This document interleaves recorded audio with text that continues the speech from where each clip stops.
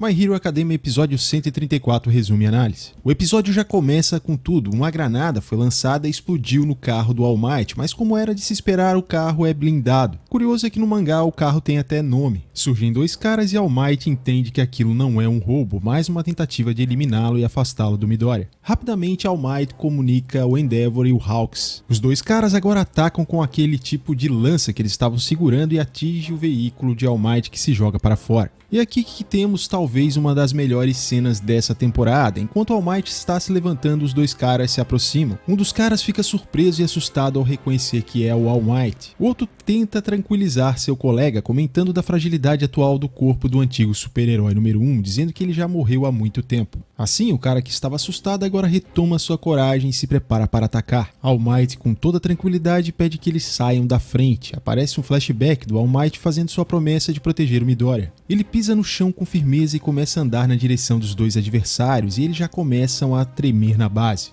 All Might fala que Deku carrega um fardo maior do que o dele e que foi ele que o fez carregar. Aparece um flashback do Deku fazendo a promessa para o All Might. No tempo presente, All Might segue em frente enquanto diz que mesmo assim Deku ainda o admira. Apesar de não ter mais seus poderes, a presença poderosa de All Might faz os dois ficarem amedrontados e recuarem. Nessa cena B10 ele diz que se algo tiver acontecido com Deku é porque ele, o All Might, já está morto. A cena corta focando nos olhos do All Might. No mangá, a fala ficou um pouco diferente, mas de qualquer forma as cenas são muito B10. A cena seguinte dá continuidade à luta de Deku contra a Lady Naga. Ele segue usando a velocidade do One for All para ter alguma vantagem sobre seu oponente. Deku está determinado a fazer Lady Naga contar onde está o All for One e os outros. Ele é atingido e começa a cair, logo ele percebe que a Lady Naga ganhou uma nova individualidade. E mesmo ela sendo mais sniper, ela resolve surpreender o Deku encurtando a distância. É então que Deku decide usar a individualidade do sexto usuário do One for All, que é criar aquela espécie de cortina de fumaça. Lady Naga observa e o sexto usuário surge alertando o Deku para que ele não use muita fumaça e que ele corre o risco de levar um tiro quando sair de dentro dela. Deku diz que só quer ganhar tempo e ele parece muito mais tenso do que nas batalhas anteriores. Ele começa a acionar a individualidade do terceiro usuário, que é acumular energia cinética. O terceiro aparece alertando que Deku não está no nível de usar a individualidade ainda. Ignorando os alertas, Deku se concentra no objetivo de conseguir informações com Lady Naga e diz que vai aprender a usar a individualidade do terceiro agora. Esperto, Deku vai jogando parte de seus equipamentos e uniforme para despistar a Lady Naga. No anime ficou de fora essa parte do mangá em que o Deku pede desculpas por usar a capa do Gran Torino. E aqui o Deku usou sua inteligência para se ocultar na fumaça, chegar perto de um prédio, atravessá-lo em alta velocidade indo na direção de Lady Naga e a surpreendendo. Ela percebe que o Deku está mais rápido do que o normal.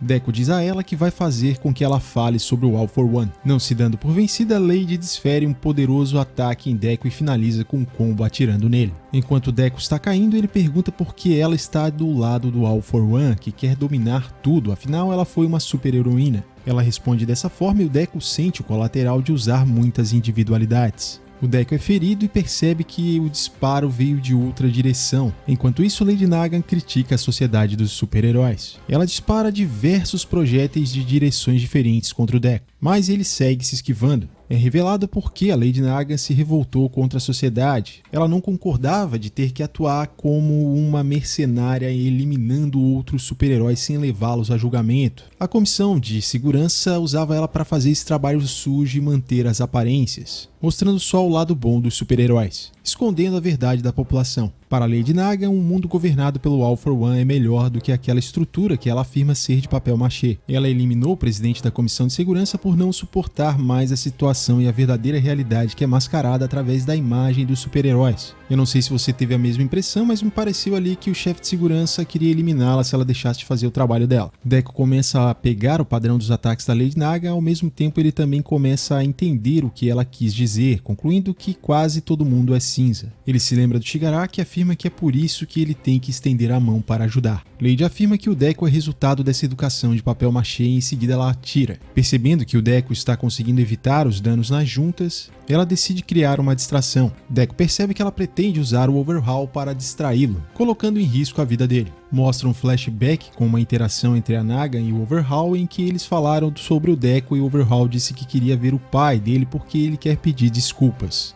Agora, no meio dessa batalha, Overhaul cobra que a Lady cumpra o prometido. Mas a Lady pretende deixar o Deco com a consciência pesada por não conseguir salvar o Overhaul. Ela ainda faz outro disparo contra o Deco, que se desvia. Agora ele usa a energia cinética acumulada para aumentar a velocidade. Em uma boa cena de ação, o Deco supera a velocidade do projétil e salva o Overhaul, usando o pseudo 100% do poder. Dando sequência a essa boa cena de ação, o Deco segue na direção da Lady e ele consegue quebrar o cano da arma dela. Ela começa a cair ao mesmo tempo que reflete sobre o que aconteceu na vida dela. O Deco segura ela pela mão direita e diz que havia algo errado na bala que ela disparou, pois ela poderia ter acertado a lombar dele e não o fez. Ele tenta convencê-la a lutar do lado deles e afirma que ela ainda tem o coração de uma super-heroína. Essas palavras parecem impactá-la. Lady se lembra do que o Deco disse antes e fica feliz dizendo que ele é de verdade. Nesse momento ela começa a sofrer consequências da individualidade que recebeu do All for One e acontece uma explosão. A cena corta mostrando o All for One dizendo que o coração é uma coisa fluida e por isso ele havia se preparado caso houvesse uma quebra de contrato. A cena volta para a batalha mostrando uma grande explosão. Lady Nagan está muito ferida e em queda livre.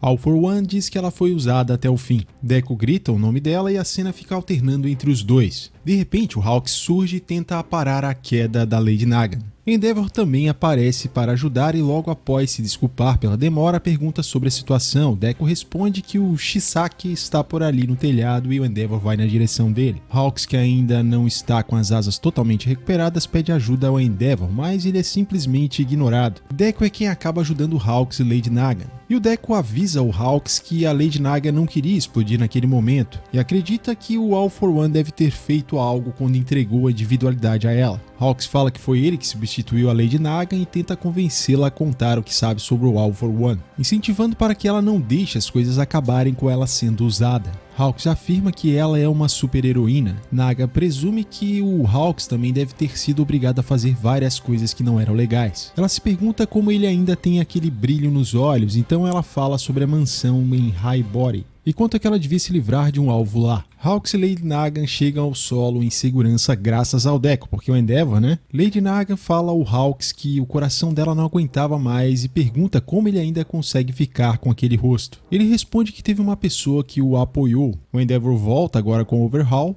que por sua vez reclama por ter sido capturado e diz que aquilo não foi o combinado, ele quer ver o coroa dele e também poder pedir desculpas. Deco pergunta se Overhaul se lembra do que vinha fazendo com a Eri. Ele responde que se tivesse ela ainda, ele poderia trazer o coroa de volta. Deco pergunta se tem alguém que Overhaul quer pedir desculpas e diz que se for possível quer que ele direcione esses sentimentos para a Eri. E se Overhaul fizer isso, Deco promete que ele fará com que a promessa da Lady Nagan seja cumprida. All Might chega, Endeavor e Hawks passam um pequeno relatório da situação, enfatizando que Deco e Lady Nagan precisam de socorro médico. Vemos a mão do Deco segurando a de Lady Nagan e a mão dela desaparece na transição.